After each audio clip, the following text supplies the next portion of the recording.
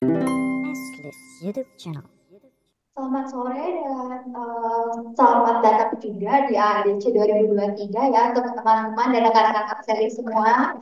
Perkenalkan, saya Febri Halim, biasa dikenal dan dipanggil juga dengan nama Febri. Nah, untuk hari ini saya akan singkat saja mau sharing terkait Learning Management System Model, di mana teman-teman kalau tahu itu disingkatnya biasa LMS. Nah, kalau misalnya LMS ini biasa di sekolah-sekolah, terus juga kuliah perkuliahan itu juga digunakan terkait LMS ini.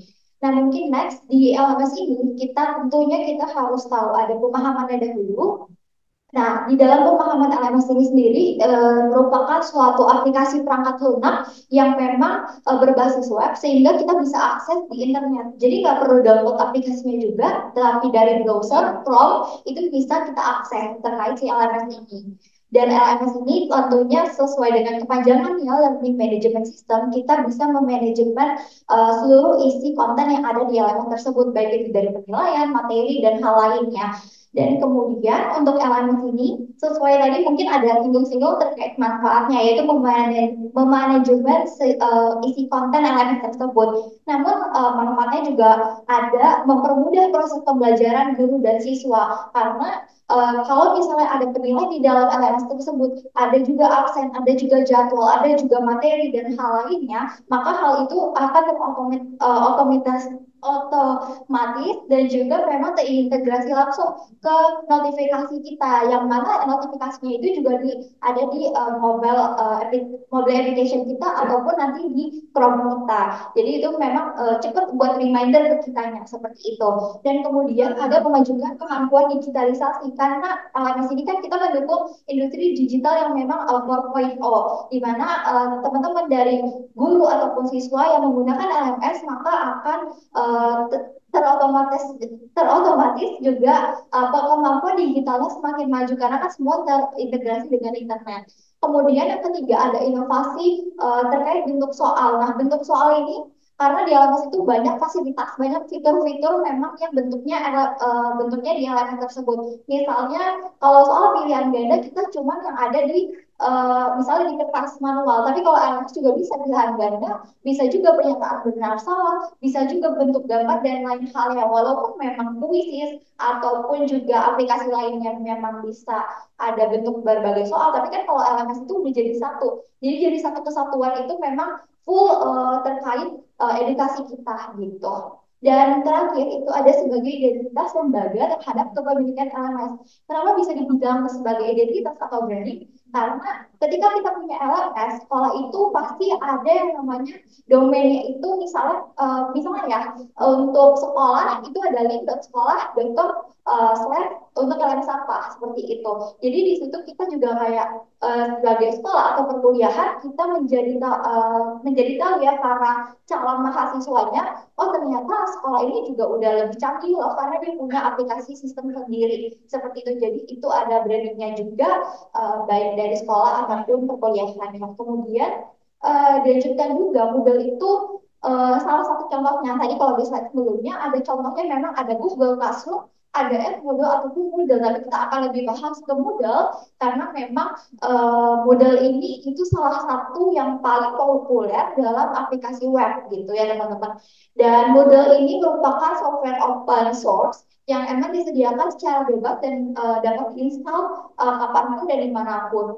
Dan untuk Moodle ini udah berkembang banget dari sejak lama dan tahun 2023 ini khususnya di bulan Oktober itu ada pengembangan LMS 4.2 yang mana kemarin juga Akselis Edukasi Indonesia teman-teman itu menghadiri model boot pertama di Indonesia yaitu ada di Windows University seperti itu. Kemudian untuk LMS Moodle kenapa paling populer? Karena memang penggunanya aja udah banyak rekan-rekannya itu di 166.036 sites itu per Oktober 2023. Seperti itu teman-teman. Kemudian untuk cara kerjanya Moodle mungkin teman-teman tadi tahu juga gambaran LMS-nya aja, tapi kalau untuk cara kerja Moodle sendiri, pertama itu memang kita punya keperluan IT, ya mana kita memang harus ada domain, terus juga server dan juga hosting untuk Moodle itu sendiri. Dan setelah ketiga itu sudah terpenuhi, maka ada pengaktifan LMS tersebut supaya di website di Chrome itu juga muncul terkait LMS kita domain itu jadi muncul kita bisa akses di internet.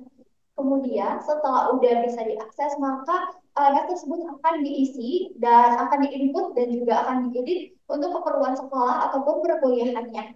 Dan yang ketiga, oleh karena itu setelah udah diisi oleh para admin, maka para penggunanya yaitu mungkin siswa atau mahasiswa itu jadi bisa menggunakan LMS tersebut. Kemudian di next selanjutnya itu terdapat mungkin di next dulu untuk demonstrasinya teman-teman. Jadi ini gambaran dulu ya teman-teman terkait LMS. Kalau misalnya di Akselis Edukasi Indonesia sekarang itu kita lagi punya LMS yang memang udah punya Akselis Edukasi Indonesia dan aktif di internet bisa diakses juga.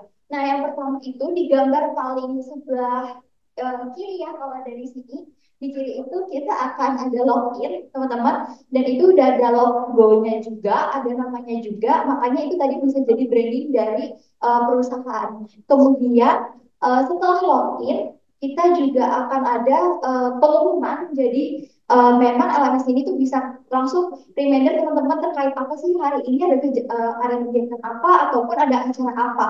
Dan setelah itu di bagian setelah pengumuman itu ada tab juga untuk course-course-nya, pelajaran-pelajarannya.